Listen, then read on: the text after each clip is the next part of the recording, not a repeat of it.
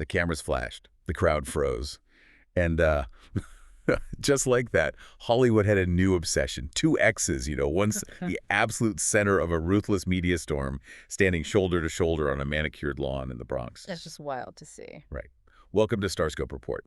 Join Jordan and Jamie as they uncover Hollywood drama, music industry shakeups, and viral influencer scandals. Yeah, from red carpet surprises to social media controversies, we dive deep into the stories behind the fame. And today, we are taking a massive stack of entertainment news, sports reporting, and a cultural commentary to figure out how a spectacularly messy 2006 tabloid split evolved into a literal masterclass in co-parenting. Exactly. I mean, you might look at this photo and just see three wealthy people at a high school graduation, but we're going way beyond the paparazzi flashes today. Yeah, the mission of this deep dive is to uncover the actual mechanics of how you build a blended family under a global microscope and, what that journey means for the next generation. Because the contrast of this moment is really what makes it so magnetic. You have these larger-than-life figures stepping out of their usual arenas like stadiums and sound stages, and they're navigating something as universally mundane, yet incredibly profound, as a high school commencement. Right. It grounds the whole celebrity experience in a reality that anyone who has ever had to sit near a difficult ex at a family function can intimately understand. Oh, totally. We've all been there in some capacity. So let's analyze the milestone that completely took over the internet. We're talking about a rare family photo that generated over 4 million likes by a Saturday morning. Which is just massive. It instantly became one of the most engaged with celebrity posts of 2026. The setting is Riverdale Country School in the Bronx. Right, which has a lot of history. Yeah, it's this 90-minute ceremony at an elite K-12 day school. It's an Ivy League feeder that actually boasts alumni like John F. Kennedy. Oh, wow. I didn't know JFK went there. Yeah. And the visuals themselves were just incredibly striking. You have 18-year-old Jack in this classic maroon cap and gown gripping his diploma. And Tom is standing next to him in a really sharp, tailored blue suit. Yeah, and Bridget is on the other side in a crisp white and blue striped dress. I mean, the visual of them flanking him is just this powerful, nonverbal statement. But the core of the event actually happened inside the auditorium. Right, the speech. Yeah. Jack delivered a brief commencement remark, and during those few minutes at the podium, he deliberately thanked his parents, his step-siblings, Benjamin and Vivian, and his stepdad, Andrew Frankel. Wow. He essentially verbally acknowledged every single branch of this complicated family tree in front of an incredibly elite crowd. That inclusivity is remarkable, especially considering the seating arrangement. Tom and Bridget were sitting in the exact same section, just 3 rows apart. Just 3 rows. That's close. Right. But the public messaging after the ceremony is where my radar really went off. Tom Brady's social media is historically curated down to the syllable. Oh, absolutely. It's usually highly polished brand management. Exactly. Yet he posts this massive 412-word caption on Instagram. My initial theory was that some PR crisis manager drafted this to soften his post-football image. That would make sense, normally. Yeah, but looking at the specific phrasing, it feels almost too raw for a publicist. He wrote, "One of the proudest days of my life," and he highlighted Jack's character, saying, "The way you show up for your friends, the way you check on people having a hard day." That's really sweet. And he even threw in a self-deprecating joke about how Jack still lets him win in 1v1 every once in a while. Okay, that specific joke about losing in basketball to his son, that is a massive psychological tell. Really? How so? Well, think about it. For over 2 decades, Brady's entire public persona was built around being this utterly ruthless competitor. Winning at all costs was literally his brand identity. That's true. The guy hates losing. Exactly. So admitting defeat, even playfully to his own child, it signals a profound transition. Look at where he is in 2026. He is entering his 2nd season as a Fox NFL analyst. He's a minority owner of the Tampa Bay Buccaneers. Right. He is fundamentally stepping down from being the gladiator in the arena. He is shifting from the untouchable athlete to the vulnerable patriarch. It totally shatters that robotic facade. He even specifically included the line, "It's hard and it's worth it and it's all I've got time for now." That line is a definitive statement of reallocation. Time is the one currency he couldn't control during his playing career, And now he is publicly announcing where he intends to spend it. That's a great point. This resonates so powerfully with the public because, Well, we are conditioned to expect platitudes from athletes. When they give us introspection instead, it cuts right through the noise. But the serenity of this picture-perfect 2026 moment completely masks a backstory that practically weaponized the early internet. Oh, it was wild. Later in the deep dive, we're going to get into the cultural implications of this reunion, but we really have to rewind the tape to late 2006 to understand the stakes. Let's do it. So Tom Brady is the starting quarterback for the New England Patriots, basically the undisputed king of sports.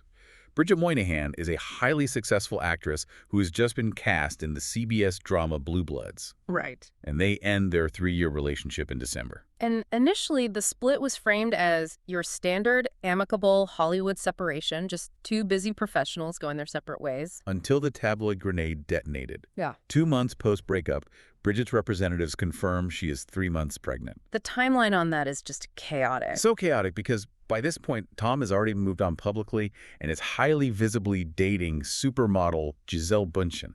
Yeah, and the paparazzi scrutiny Bridget faced during her pregnancy was terrifying. This is the peak of the mid-2000s tabloid era. Oh, the worst era for that. Completely. Pre-Instagram, pre-PR controlled narratives, paparazzi lenses were literally physically pressed against the glass of her life. Which is just awful. This psychological pressure of dealing with the grief of a breakup, the physical toll of a public pregnancy, and the humiliation of your ex moving on with one of the most famous women in the world, it's almost incalculable. Most people under that kind of intense pressure fracture, they lash out. Exactly. I look at how they survived that and built this blended family.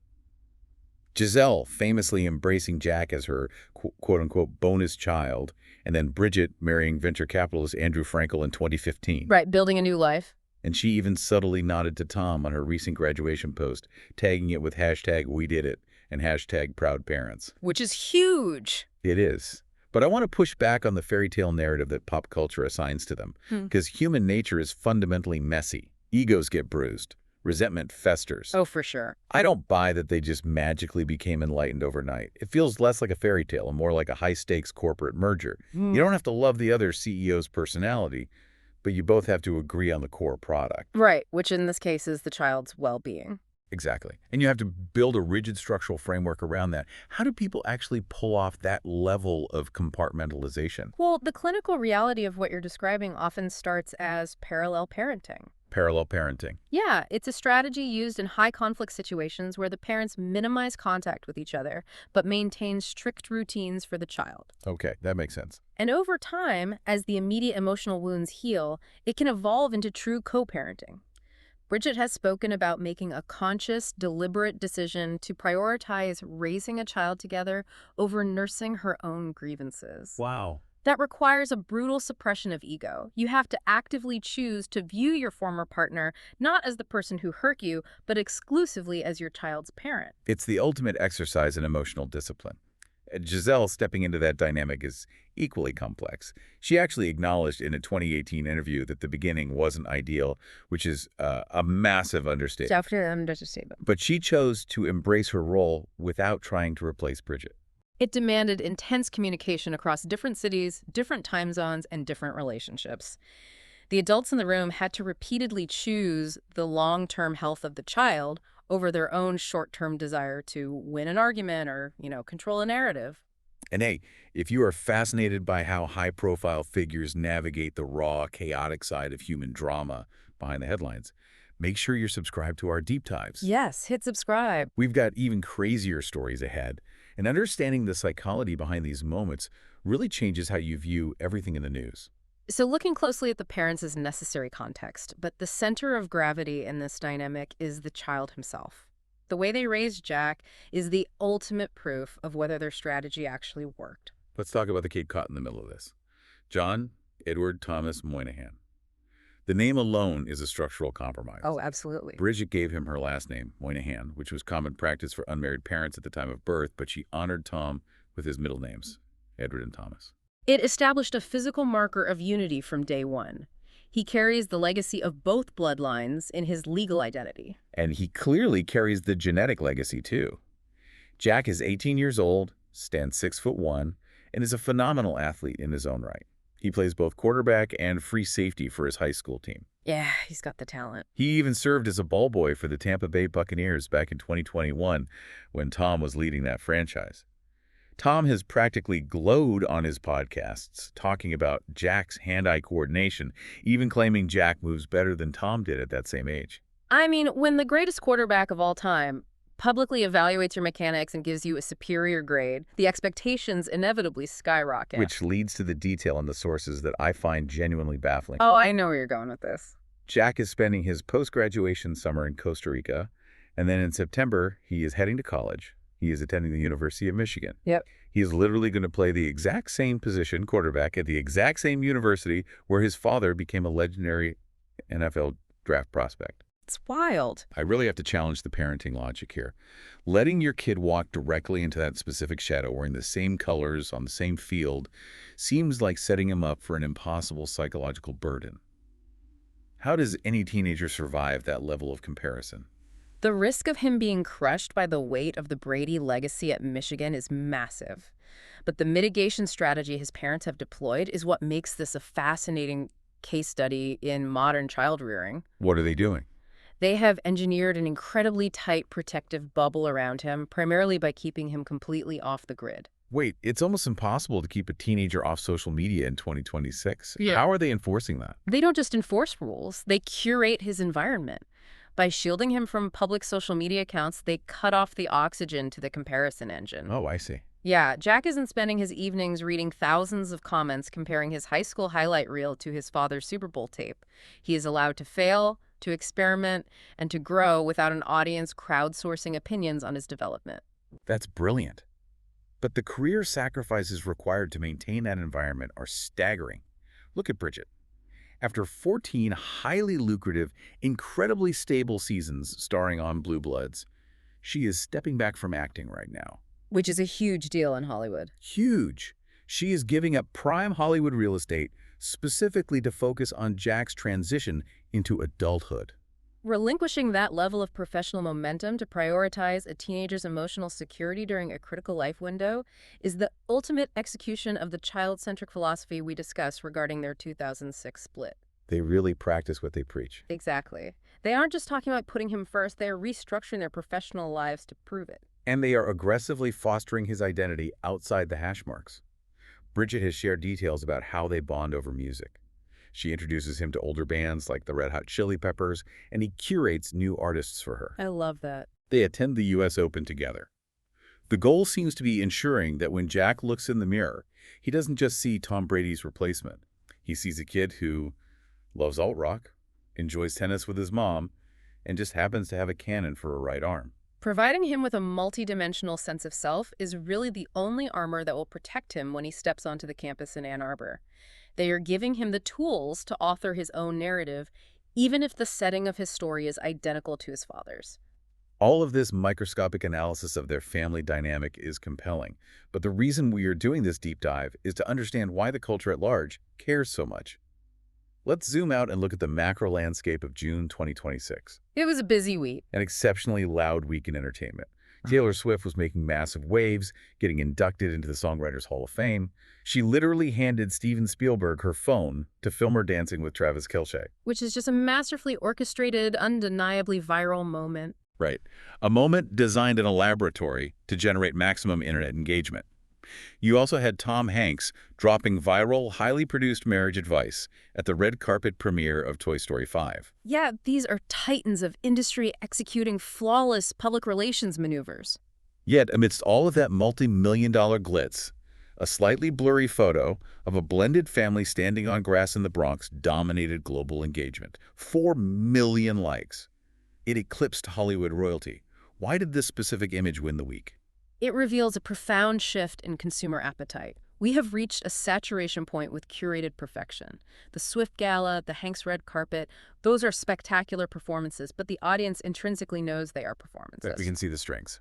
Exactly. The Brady Moynahan photo represents something money and PR cannot manufacture. It's an earned redemption arc. It's the messy reality of 2006 finally finding resolution. It is the ultimate proof of concept that time, maturity, and incredibly difficult choices can heal deep fractures.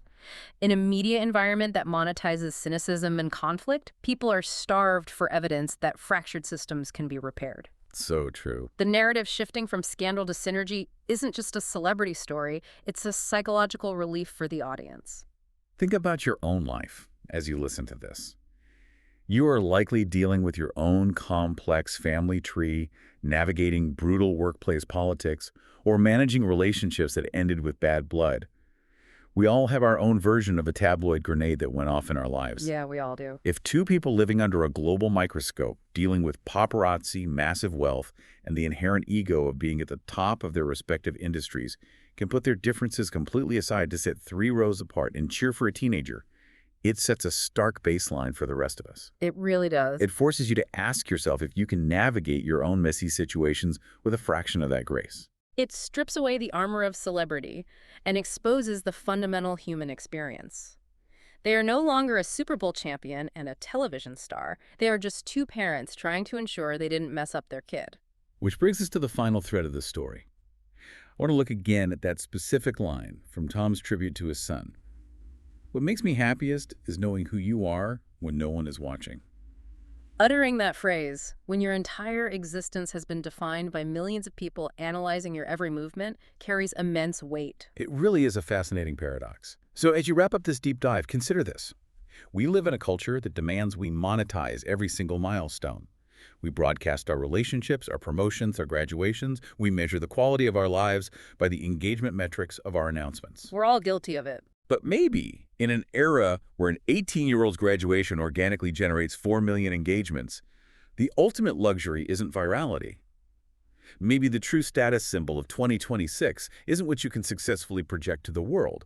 It's the character, the resilience, and the deeply protected legacy that you manage to keep entirely off the grid. True influence might just be the quiet work that happens behind closed doors. You've been listening to Starscope Report, where Jordan and Jamie uncover the stories shaping Hollywood, music, and pop culture. Thanks for tuning in, and don't forget to subscribe for more stories that keep the stars shining.